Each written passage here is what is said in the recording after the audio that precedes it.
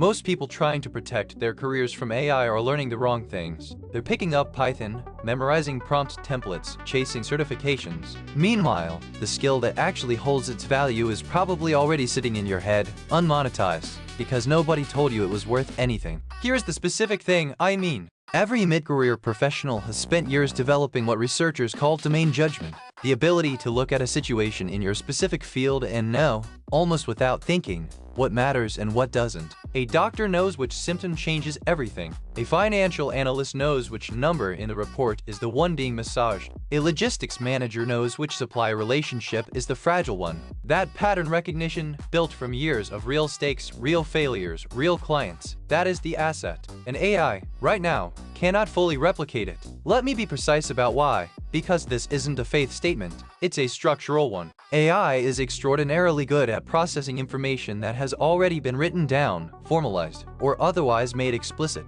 Ask it to summarize a contract, draft an email, analyze a dataset. It performs. But the bulk of what makes a mid-career professional genuinely valuable isn't written down anywhere. It lives in the gap between what the data says and what you know from experience is actually happening. That gap is where your career is defensible, and more importantly, that gap is where a service can be built. Here's the distinction that most people miss. There's a difference between having a skill and packaging it as a service. Thousands of experienced professionals have real domain judgment. Almost none of them have converted it into something a client can buy. That's the move, not learning something new. Extracting what you already know and building something around it. Let me make this concrete with a real pattern I've seen play out.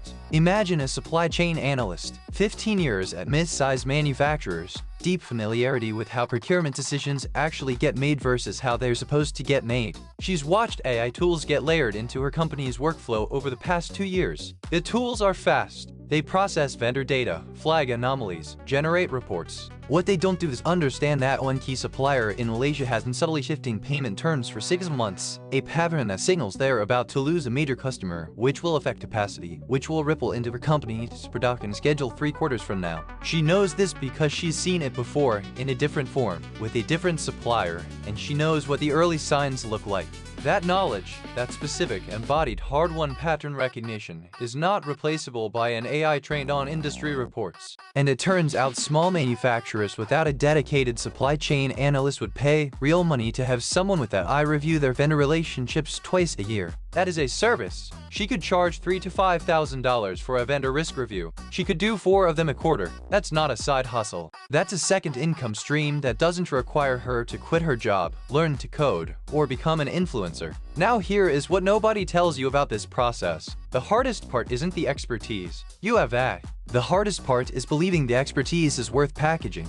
Because you've lived inside it so long it feels obvious to you. This is called the curse of knowledge. The better you're at something, the harder it is to see it as rare, because it stopped feeling hard a long time ago. The things you do automatically, the calls you make in minutes that would take a generalist days, that is where your service lies. A practical way to find it: write down the last 5 times a colleague, a friend, or someone at a conference came to you for advice in your domain.